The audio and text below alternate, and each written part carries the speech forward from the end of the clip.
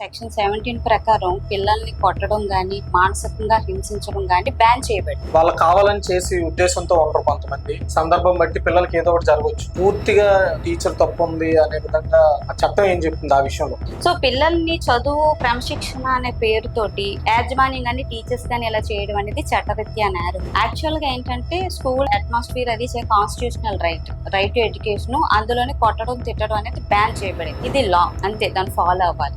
ఇప్పుడు అన్ని కాళ్ళ దగ్గరికి బస్సులు అన్ని వచ్చేసిన వాళ్ళ కష్టం అనేది కూడా తెలియదు, దాన్ని ఎలా రిసీవ్ చేసుకోవాలనేది తెలియదు. సూసైడ్ కి లేకపోతే అది ఇన్సల్ట్ గా ఫీల్ అయ్యి స్కూల్స్ మానేసే స్టేజ్ కూడా వచ్చేస్తున్నారు. కొన్ని ప్రైవేట్ స్కూల్లోని కనీసం డిగ్రీ కూడా ఉండదు. వాళ్ళు ఇంటర్మీడియట్ ఇలాగ ఉన్న వాళ్ళకి ఎలా ట్రీట్ చేస్తారు? టీచర్స్ అయితే చాలా జాగ్రత్త పడాలండి. ఇది ఒక హెచ్చరిక లాంటిది.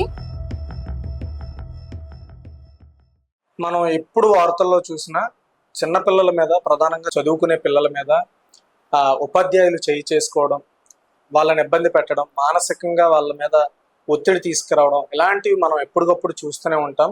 అయితే పిల్లల్ని కొట్టొచ్చా, పిల్లల మీద ప్రెషర్ పెట్టొచ్చా, స్కూల్స్ కానీ లేదా తల్లిదండ్రులు కానీ ఉపాధ్యాయులు కానీ ఆ విధంగా ఒత్తిడి తీసుకోవడం రైటేనా?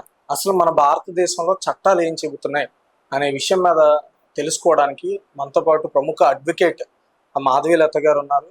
అంతేకాకుండా ఆమె national human rights protection forum executive director కూడా. అయితే మనం ఆవిడని అడిగి ఈ విషయాల మీద కొంత విశ్లేషణ చేసే ప్రయత్నం చేద్దాం. యాక్చువల్ మేడం, స్కూల్కి వెళ్ళే పిల్లల మీద అటు తల్లిదండ్రుల నుండి బాగా చదవాలని ఒత్తిడి ఉండొచ్చు, డబ్బులు పెడుతున్నారు కదా అని ప్రైవేట్ స్కూల్స్ యాజమాన్యాలు కూడా పిల్లల మీద ఒత్తిడి తెచ్చి చదివించే ప్రయత్నాలు చేయొచ్చు. ఈ మధ్య గ్యాప్లో పిల్లల మీద ఒత్తిడితో పాటు చేయి చేసుకోవడం, వాళ్ళని ఏదో విధంగా ఇబ్బంది పెట్టడం జరుగుతూ ఉంటాయి. అయితే అసలు చట్టాలు ఏం చెప్తున్నాయి మేడం ఇలాంటి విషయాల్లో? చట్టాలు ఏం చెప్తున్నాయి పిల్లలకి తగ్గట్టుగా, లేదా ఎడ్యుకేషన్ విషయంలో? ముఖ్యంగా పిల్లలకి అనేది రైట్ టు ఎడ్యుకేషన్ అనేది ఉంది. రైట్ టు ఎడ్యుకేషన్ లో ఎలా అంటే సెక్షన్ 17 ప్రకారం పిల్లల్ని కొట్టడం గాని, మానసికంగా హింసించడం గాని బ్యాన్ చేయబడింది. సో అలాగే ఇప్పుడు మనకి భారతీయ న్యాయ సంహిత ప్రకారం ఏంటంటే కొన్ని చట్టాలు చేయబడ్డాయి. ఏంటంటే టీచర్సే కానీ ఎవరైనా కానీ పిల్లల్ని ఒకవేళ ఎవరినైనా కొట్టడం అనేది ఎవరిదైనా నేరం. అది టీచర్ పిల్లల్ని కానివ్వండి, ఎవరైనా సరే. అదొక బిఎన్ఎస్ ప్రకారం మనకు చట్టం అనేది ఉంది, చట్టరీత్యా నేరం. కాబట్టి ఎవరైతే టీచర్స్ అయినా పిల్లల్ని కొట్టడం కానీ, మానసికంగా హింసించడం కానీ, ఇలాగా వాళ్ళని హట్ చేస్తే గనక స్కూల్లో కానీ అలాంటివి జరిగితే దానికి 1 year వరకు పనిష్మెంట్ ఉంటుందండి. అలాగే 10,000 వరకు కూడా ఫైన్ ఉండే అవకాశాలు ఉంటాయి. ఇంకా కొందరు సివియర్ గా ఇంకో స్టెప్ వేసి, అంటే ఈ మధ్యకాలంలో కూడా మనం చూస్తూ ఉన్నాం ఏంటంటే శుభ్రంగా బెల్ట్లతో కొట్టేయడం, ఇలాగ ఎక్కువ రెసిడెన్సెస్ జరుగుతూ ఉంటాయి. ఆ వార్డెన్స్ చేతుల్లో కానీ లేకపోతే స్కూల్స్ యాజమాన్యం కానీ చేస్తూ ఉంటారు. సో ఇలా చేయడం కూడా తప్పే. అదేనుకోండి, అది ఇంకా పనిషబుల్ ఇంకా ఎక్కువ అనమాట. అది సెక్షన్ 11 ప్రకారం, బిఎన్ఎస్ ప్రకారం దానికి 7 ఏళ్ళు వరకు పనిష్మెంట్ ఉంది. అలాగే ఫైన్ కూడా వేస్తారు, ఒకసారి 2 కూడా వేసే అవకాశం ఉంటుంది. సో పిల్లల్ని చదువు క్రమశిక్షణ అనే పేరుతోటి పేరెంట్స్ వాళ్ళ యొక్క ఒత్తిడి వల్ల, లేకపోతే ఈ పిల్లలకి మంచి ర్యాంక్స్ రావాలని ఒక ఒత్తిడితోటి ఏం చేస్తూ ఉంటారంటే స్కూల్కి ఒక పేరు తేవాలని పిల్లల్ని మానసికంగా కానీ లేకపోతే క్రమశిక్షణ పేరుతోటి యాజమాన్యం కానీ టీచర్స్ కానీ ఇలా చేయడం అనేది చట్టరీత్యా నేరం. ఇలా చేయకూడదు. ఎందుకంటే పిల్లల భవిష్యత్తు అనేది చదువుతోటే కాకుండా ఇంకా అనేక రకాల వాటితో ముడిపడి ఉంటాయి.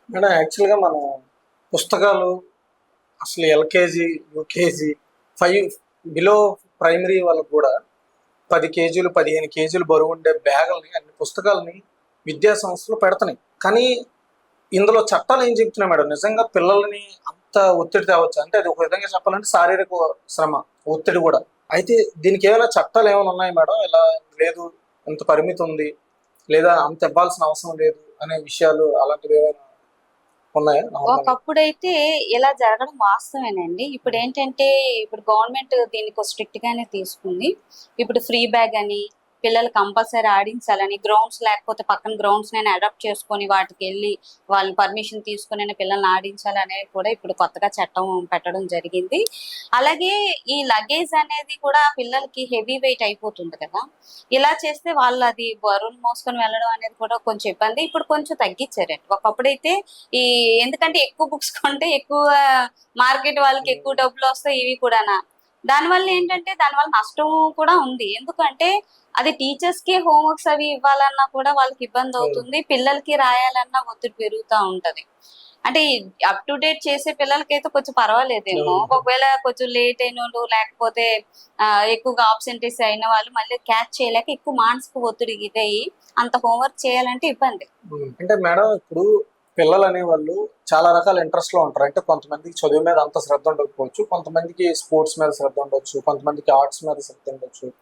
ఇలాంటి కోణాల్లో కొన్ని ప్రైవేట్ సంస్థలు అవేమీ అవలంబించట్లేదు. అంటే ఒక విధంగా చెప్పాలంటే ప్రైమరీలో నేర్పించాల్సిన కోర్సులు కానీ బిలో 10th స్టాండర్డ్స్ లో నేర్పించాల్సిన లైక్ మినిమం కంప్యూటర్ ఇలాంటివి నేర్పించడంలో కేవలం ఫీజులకే పరిమితమై, అంటే అడ్వర్టైజింగ్ లో మేము ఎంత చేస్తాం అంత చేస్తాం అని తప్పుడు ప్రోపగాండాలో చేసి తల్లిదండ్రుల్ని ఆ విధంగా మభ్యపెట్టి జాయిన్ చేసుకున్న తర్వాత ఆ ఫెసిలిటీస్ ఇవ్వరు. అలాంటి టైంలో అసలు నేను ఒక పేరెంట్ అనుకోండి, నేను ఎలాంటి కేసు ఫైల్ చేయొచ్చు? నాకు అప్పుడు ఇది చెప్పారు, మీరు ఇప్పుడు చేయట్లేదని గట్టిగా అడిగితే అయితే చదివించండి లేదా వేరే స్కూల్ని ట్రాన్స్ఫర్ చేసుకోండి ఇలా చెప్పడం యాజమాన్యాలు అప్పుడు చెప్పినప్పుడు యాజ్ అ పేరెంట్ గా నేను ఏం చేయొచ్చు వాళ్ళకి? నిజానికి టీచర్స్ ఇప్పుడు ఉన్న దీని ప్రకారం ఏంటంటే, ఇప్పుడు అన్ని ప్రైవేట్ స్కూల్స్ కి కానీ ఏదైనా కానీ గవర్నమెంట్ ఒక రూల్ పెట్టేసింది, అన్నిటికి ఒకలాగా వెళ్ళాలని ఎంత లిమిట్ అనేది పెట్టేశారు. కాబట్టి ఏంటంటే పేరెంట్స్ తాలూకు బాధ్యత ఇక్కడ చాలా బాగా ఉంటది. ఎందుకు అంటే మనకి ఈ ఈ కంప్యూటర్స్ అవి నేర్పిస్తానని కానీ ఇలాగన్నప్పుడు ఫ్యాకల్టీ బాగా ఉన్నారా లేదా, ఆ తగ్గ ఫ్యాకల్టీ వాళ్ళు మెయింటైన్ చేస్తున్నారా లేదా అనేది, అన్ని స్కూల్ ఒకేలాగా ఉండవు కాబట్టి స్కూల్లోని ఆ పేరెంట్సే వాళ్ళ పిల్లల్ని వెళ్ళి వెరిఫికేషన్ చేసుకోవడం బెటర్. అలాగా వాళ్ళ నైపుణ్యం ఎలాగుంది, వాళ్ళ బుక్స్ చేస్తే చెక్ చేసుకుంటూ కూడా మనం అలా చేస్తా ఉంటే వాళ్ళ మీద లేదనుకోండి డైరెక్ట్ గా ప్రిన్సిపల్ మీద మనం వెళ్ళి అడగొచ్చు, మీరు ఎలా అన్నారు కాబట్టి అని ప్రిన్సిపల్ని అడగొచ్చు. అలాగే వీళ్ళకి డిఓలు వాళ్ళు ఉంటారు కదా హైయర్ ఎడ్యుకేషన్, వాళ్ళకి కూడా వెళ్ళి మనం కంప్లైంట్ చేసి మాకు ఇలాంటి ఇచ్చేసారు ఇవ్వలేదని మనం కంప్లైంట్ కూడా ఇవ్వచ్చు. ఓకే. అంటే మేడం ఇప్పుడు పిల్లల మీద ఏదైనా శారీరకంగా వాళ్ళని ఇబ్బంది పెట్టి చేసినప్పుడు మనం చాలా రకాలు చూస్తాం. అంటే ఆ బాలికల మీద కావచ్చు, ఉపాధ్యాయులు ఏదో విధంగా ఇబ్బంది పెట్టడం లేదా పిల్లల్ని హింసించడం ఇలాంటివి చేసినప్పుడు వాళ్ళకి కావాలని చేసి ఉద్దేశంతో ఉండరు కొంతమంది. అంటే కొన్ని అనుకోకుండా సందర్భం బట్టి పిల్లలకి ఏదో ఒకటి జరగవచ్చు. అంటే చిన్న బెదిరించగానే వాళ్ళు కొంచెం స్ట్రెస్ ఎక్కువ తీసుకొని ఇబ్బంది పడి ఏదో ఒకటి జరగవచ్చు. ఇలాంటి కేసెస్లో నిజంగా పూర్తిగా టీచర్ తప్పు ఉంది అనే విధంగా అలాంటివి ఏవైనా ఆ చట్టం ఏం చెప్తుంది ఆ విషయంలో? అంటే పూర్తిగా అది మీరే చేసిన తప్పు, అది అనుకోకుండా జరిగిన అలాంటి సందర్భాలు ఏమైనా ఉంటాయా చట్టాల్లో? వెసులుబాట్లు ఏమైనా ఉంటాయా? చట్టాల్లో మనం అనుకున్న చట్టాల్లో ఉండవు, చట్టాల్లో ఏమున్నాయో మనకి ఫాలో అవ్వాలి. యాక్చువల్ గా ఏంటంటే స్కూల్ అట్మాస్ఫియర్ అది కాన్స్టిట్యూషనల్ రైట్ టు ఎడ్యుకేషన్, అందులోనే కొట్టడం తిట్టడం అనేది బ్యాన్ చేయబడింది. ఇది లా, అంతే, దాన్ని ఫాలో అవ్వాలి. అలాగే కొట్టడం తిట్టడం అనేది చేయకుండా ఉండడానికి కొన్ని సెక్షన్స్, బిఎన్ఎస్ 115 ప్రకారం సెక్షన్, అలాగే సెక్షన్ 117 ప్రకారం పనిష్మెంట్లు విన్నాం. అలాగే జోనల్ జస్టిస్ బోర్డు అనేది కూడా ఒకటి ఉంది. అందులో ఏంటంటే జోనల్ జస్టిస్ యాక్ట్ ప్రకారం మనకి సెక్షన్ 75 ఏం చెప్తుంది అంటే, ఇప్పుడు ఎవరైతే పిల్లల్ని మానసికంగా కానీ శారీరకంగా కానీ వాళ్ళని ఇబ్బంది పెట్టినట్లయితే up to 3 years punishment plus 1 lakh వరకు కూడా ఫైన్ వేసే అవకాశం ఉంటుంది. పిల్లలు ఎప్పుడైనా సరే గవర్నమెంట్ ఎప్పుడు పిల్లల్ని 18 సంవత్సరాల్లో పిల్లలందరినీ తాలూకా బాధ్యత గవర్నమెంట్ ఎప్పుడు పట్టించుకుంటదండి. ఇలాగున్న వాళ్ళ మీద సీరియస్ యాక్షన్ అయితే తీసుకుంటది. ఏదో మందలించడం అంతవరకు, సున్నితంగా చేయడం వరకు ఓకే, అంతవరకు మాత్రం పర్మిషన్ ఇచ్చింది, కొట్టడం తిట్టడం వరకు లేదు. అది పేరెంట్స్ వాళ్ళు కొంచెం బెదిరిస్తేనో తిడితేనో పిల్లలు చదువుతారు ఇలాగంటే కాదు అనే ఉద్దేశంతో పేరెంట్స్ ఇచ్చే దీన్ని బట్టే ఉంటుంది తప్ప అది వ్యక్తిగతంగా తీసుకోవడానికి చట్టం ఎటువంటి ఫెసిలిటీస్ ఇవ్వలేదు. కొట్టండి అని కానీ తిట్టండి అని కానీ లేదు. ఇప్పుడు పిల్లలు ఒక్కొక్కరు ర్యాంక్ ఉంటారు, కొంచెం తెలివైన పిల్లలు ఉంటారు, కొంచెం వెనకబడిన పిల్లలు ఉంటారు, వీళ్ళ కోసం క్లాసెస్ తీసుకోవడం కానీ వాళ్ళు గ్రేడ్ చేసి ఏబిసి అని చెప్పి వాళ్ళు డెవలప్ చేసే విధానంలో అయితే ఓకే. అదర్వైజ్ అలా కాకుండా ఆ పాయింట్ పట్టుకొని మీరు ఎందుకు పనికిరారు, మీరు చదవరు అని పక్క వాళ్ళతో కంపేర్ చేస్తా ఉంటే, ఇప్పుడు 5th క్లాస్ ఈ మధ్య కాలంలో చూస్తున్నాం కదా, 5th స్టాండర్డ్ చదివిన పిల్లలు కూడా సూసైడ్ చేసుకోవడం. ఎందుకంటే పిల్లలకి పరిపక్వత తక్కువ ఉంటది. ఇప్పుడు అన్ని కాళ్ళ దగ్గరికి బస్సులు అన్ని వచ్చేసిన వాళ్ళ కష్టం అనేది కూడా తెలియదు, దాన్ని ఎలా రిసీవ్ చేసుకోవాలనేది తెలియదు. ఎందుకంటే పేరెంట్స్ కూడా బాగా ముద్దు చేయడం వల్ల పిల్లలు కూడా ఒక హట్ ని తీసుకోలేకపోతున్నారు. దాన్ని ఎలా తీసుకుంటారంటే అది సూసైడ్ కి లేకపోతే అది ఇన్సల్ట్ గా ఫీల్ అయ్యి స్కూల్స్ మానేసే స్టేజ్ కూడా వచ్చేస్తున్నారు. సో మానసికంగా బలంగా లేదు కాబట్టి వాళ్ళని దృష్టిలో పెట్టుకొని ఈ మధ్య జరుగుతున్న పరిణామాల రీత్యా టీచర్స్ అయితే చాలా జాగ్రత్త పడాలండి. ఇది ఒక హెచ్చరిక లాంటిది. ఎందుకంటే పిల్లల బాధ్యత తీసుకోవడం ఒక ఇదే గాని వాళ్ళని డెవలప్ చేయాలనే ఉద్దేశంలో వీళ్ళు ఇబ్బంది పడే అవకాశాలు వచ్చాయన్నమాట. అంటే మేడం ఇప్పుడు ప్రతి స్కూల్లో సైకలాజికల్లీ ఒక వాళ్ళకి కౌన్సిలింగ్ ఇచ్చేలాగో లేదంటే వాళ్ళ మానసిక స్థితి ఎలా ఉంది అంటే మీరు ఎందాక అన్నట్టు మానసిక స్థితికి సంబంధించి అలా ఎలా ఉందని ఒక సపరేట్ ఒక యూనిట్ మెయింటైన్ చేస్తే పిల్లలు అలాంటి మానసికంగా ఇబ్బంది పడుతున్న వాళ్ళు అంటే ఎక్కువ ఒత్తిడి తీసుకొని చదవలేకపోతున్న వాళ్ళని తీసుకున్న గైడెన్స్ ఇచ్చి వాళ్ళలో మార్పులు తీసుకొచ్చేలాగా చర్యలు తీసుకుంటే మెల్లిగా వాళ్ళు డెవలప్ అవుతారు కదా.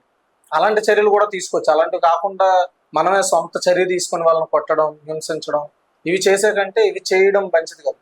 సో ఆ విషయం మీద చట్టాలు ఏమని చెప్తున్నాయా? నేనేమంటానంటే చట్టాన్ని గాని పిల్లల క్రమశిక్షణ పేరుతో పిల్లల మీద దాడికి దిగకుండా పిల్లల్ని బాగుపరుస్తున్నాం అనే దీని మీద క్రమశిక్షణనో లేకపోతే వీళ్ళొక పైత్యానో లేకపోతే వాళ్ళ స్ట్రెస్నో పిల్లల మీద చూపించకుండా ఏదున్నా పేరెంట్స్ తో మాట్లాడడం కరెక్ట్. మీ పిల్లలు ఇలా చేస్తున్నారు ఇలాగ అవుతుందని పేరెంట్స్ తో మాట్లాడితే ఉండదు. ఒక ఎగ్జాంపుల్ చెప్తాను ఏంటంటే ఇప్పుడు ట్రాఫిక్ లోని బళ్ళు పేరెంట్స్ ఇవ్వకూడదు కదా, అండర్ 18 వాళ్ళకి పేరెంట్స్ బళ్ళు ఇవ్వకూడదు. అప్పుడు పోలీసులు ఎవరి మీద కేసు బానేస్తున్నారు? పేరెంట్స్ మీద కూడా ఇస్తున్నారు. అంటే అంత బండి విషయంలో ఎలా అయితే తీసుకొని చేస్తున్నారో పిల్లలు కూడా చదవలేకపోతున్నారో, రెగ్యులర్ గా రాలేకపోతున్నారో, ఇన్ టైం కు రాలేకపోతారో ఖచ్చితంగా పేరెంట్ తాలూకు ఫెయిల్యూర్ కదా కాస్త. సో అలాంటప్పుడు ఏం చేయాలి? పేరెంట్స్ ని తీసుకొని ఒకవేళ ఎక్స్ట్రా క్లాసెస్ చెప్పాలన్నా లేకపోతే వాళ్ళకి ఇలా ఉందని వాళ్ళ ఒక మైనస్లు ప్లస్లు చెప్పుకుంటూ వస్తూ అలాంటి టైంలో పేరెంట్స్ మీద ఎక్కువ తీసుకొని ఇద్దరు ఒక కోరిలేషన్ తో వెళ్ళాలి తప్ప టీచరే ఇదే తీసుకొని రిజల్ట్ ఇవ్వాలి అని చెప్పి ఇక్కడ చీకటి కోణంలో గాని వాళ్ళు హింసిస్తూ గాని ఇలా చేయకూడదు అనేది నా ఒపీనియన్. అంటే ఫైనల్ గా ఒక విషయం చెప్పండి మేడం, స్కూల్ యాజమాన్యాలు కావచ్చు, ఉపాధ్యాయులు కావచ్చు, అది గవర్నమెంట్ ఆర్ ప్రైవేట్ ఎవరైనా సరే, నెక్స్ట్ పేరెంట్స్ కావచ్చు, వీళ్ళు ముగ్గురు కూడా పిల్లలు సరైన సక్రమంగా మార్గంలో వెళ్ళే విధంగా కావచ్చు, లేదా చదువు విషయంలో బాగా చదువుకునే కావచ్చు, వాళ్ళు ఏం నేర్చుకుంటున్నారు, ఏం తెలుసుకుంటున్నారు, మనం వాళ్ళ మీద ఎంత శ్రద్ధ పెడుతున్నాం, ఇలా పేరెంట్స్, టీచర్స్, స్కూల్ మేనేజ్మెంట్స్ వీళ్ళు ఇలాంటిది ఒక ఏదో పిల్లల మీద ఏదో ఒక హింసకు ప్రేరేపించినప్పుడు లేదంటే మానసికంగా వాళ్ళ మీద శారీరకంగా ఒత్తిడి తీసుకొచ్చినప్పుడు ఇలాంటివి జరగకుండా వీళ్ళు ఏం చేస్తే బాగుంటుంది? వీళ్ళు ఏం చేయాలి? అసలు పేరెంట్స్ ఏం చేయాలి, టీచర్స్ ఏం చేయాలి, స్కూల్ మేనేజ్మెంట్స్ ఏం చేయాలి? వీటి మీద ఒక ఫైనల్గా మీరేం చెప్తారు? వాటి మీద ఏం చేస్తే బాగుంటుంది? పిల్లలు మనకి భవిష్యత్తు ఏంటి, వాళ్ళ మీదే ఈ యొక్క సమాజం ఆధారపడి ఉంటది. ఇది పేరెంట్స్ చేతుల్లో కూడా ఉంటదండి. పిల్లల యొక్క మానసిక పరిస్థితిని బట్టి వాళ్ళకి సైకలాజికల్ గా ఏమైనా ప్రాబ్లం ఉందా, పిల్లలు పేరెంట్స్ తోటి కొంత సమయం గడిపి వాళ్ళ మైనస్లు ఏంటి ప్లస్లు ఏంటి అనేది కూడా వాళ్ళతో మాట్లాడి ఏదైనా పేరెంట్స్ కి తన కష్టం చెప్పుకునేలాగా పేరెంట్స్ కొంచెం ఫ్రెండ్లీగా ఉండాలి. ఉండి వాళ్ళ దగ్గర ఉంటే కదా ఓపెన్ అవుతారు. వీళ్ళు స్ట్రిక్ట్ గా ఉండి ఎవరికి చెప్పుకోలేదు తెలియకపోతే వాడి క్లాస్ వాడితో షేర్ చేసుకుంటే వాడు ఎలా చెప్తాడు? వాళ్ళకి తగ్గట్టే చెప్తారు తప్ప వాళ్ళు చెప్పలేరు. ఎవరైనా ఒక మంచి వాళ్ళ చేతుల్లోనే వెల్ విషర్ చేతిలో పడ్డారా వాళ్ళు హ్యాపీగా అవుతారు. లేదనుకోండి, ఈ మధ్యకాలంలో ఒక ప్రిన్సిపల్ కూడా హత్య చేయడం జరిగింది కదా. ఇలాంటివన్నీ వాళ్ళని ప్రేరేపిస్తారు, రాంగ్ గైడెన్స్ అన్నమాట. ఇలాంటివి కూడా వెళ్ళిపోతారు. కాబట్టి ఈ రోజుల్లో తల్లిదండ్రుల బాధ్యత చాలా ఉందండి. పిల్లల్ని ఎప్పటికప్పుడు అబ్జర్వ్ చేస్తూ ఉండాలి. వాళ్ళు ఏమేమి మొబైల్స్ లో వాటిలో ఏం చూస్తున్నారు, ఒకవేళ ఎడిక్ట్ అయితే వాళ్ళు సాఫ్ట్ వేలో వాళ్ళు ఎలాగోలాగా వాళ్ళని ఇచ్చేసుకోవాలి. వాళ్ళని శత్రువులాగా భయపెట్టో కాకుండా సాఫ్ట్ వేలో వాళ్ళని మంచిగా మనమే మార్చుకోవాలి. టీచర్స్ కి అయితే విపరీతమైన స్ట్రెస్ ఉందండి. కొన్ని స్కూల్స్ లో అయితే టీచర్స్ నించోబెట్టి చెప్పిస్తారు, అసలు కూర్చోడానికి కూడా ఇవ్వరు. ఇలాంటివి కూడా జీతాలు తక్కువ, వాళ్ళు ఇలాగ కొన్ని వాటి వల్ల ఏంటంటే ఆ ప్రెజర్, ఇంట్లో ప్రెజర్ అంతా పిల్లల మీద చూపించేస్తా ఉంటారు. లైఫ్ ని ఎలా లీడ్ చేయాలనేది టీచర్స్ గాని యాజమాన్యం గాని గుర్తు పెట్టుకొని పిల్లల యొక్క భవిష్యత్తుని చదువు వైపు పాజిటివ్ వేలో తీసుకెళ్లాలి తప్ప ఇలాగా భయపెట్టో బలవంతం పెట్టో చేయడం వల్ల వాళ్ళకి నచ్చలేనిది వాళ్ళు ఎలా చేస్తారు? అందరికి ఐక్యూ ఒకలాగా ఉండదు కదా. కొందరు ఫాస్ట్ గా పట్టేయగలుగుతారు, కొందరికి పైసలు చెప్పినా వాళ్ళ మెమొరీ అంత సహకరించకపోవచ్చు. ఇలాంటి సందర్భాల్లో అంతర్జాతీయ అంటే ఇతర దేశాల్లో ఎలా ఉంటాయి ఆ చట్టాలు ప్రధానంగా? టీచర్స్ కానీ స్కూల్స్ మధ్య? మంచి ప్రశ్న వేశారు మీరు. దీని విషయంలోకి వస్తే ఫారిన్ కంట్రీస్ లోనైతే అసలు పిల్లల్ని పేరెంట్స్ కూడా కొట్టకూడదు, తిట్టకూడదు. అలాగే ఫారిన్ కంట్రీస్ లో టీచర్స్ కూడా పిల్లల్ని కొట్టకూడదు. ఇక్కడ కూడా కొన్ని కార్పొరేట్ స్కూల్స్ లోని నన్ను యావండి అని పిల్లలేదు టీచర్, మీరు అని పిల్లలేదు, నువ్వు అని పిలిచారు, ఓరే అని పిలిచారని కంప్లైంట్లు కూడా వచ్చి ఉన్నాయి కార్పొరేట్ స్కూల్స్ లో. అలాగే ఫారిన్ కంట్రీస్ లో కూడా వాళ్ళకి ఒక రెస్పెక్ట్ ఇస్తారు. అలాగే కొన్ని మనకు అమెరికా వీటిలోనైతే 9th స్టాండర్డ్ వరకు మొత్తం గవర్నమెంట్ వాళ్ళకి చూసుకుంటుంది. పైగా వాళ్ళకి పాకెట్ మనీ కూడా అమౌంట్ ఇస్తారు. సో మనం దానితో కంపేర్ చేయలేం. ఏదేమైనా సరే మన పిల్లలు కాదు, బయట వ్యక్తిని మనం టచ్ చేసి మన పిల్లలనైనా మనం అంత ఏదో మందలించడం వరకు ఓకే, కానీ విపరీతంగా శిక్షించడం అనేది ఏదైనా చట్టరీత్యా నేరం.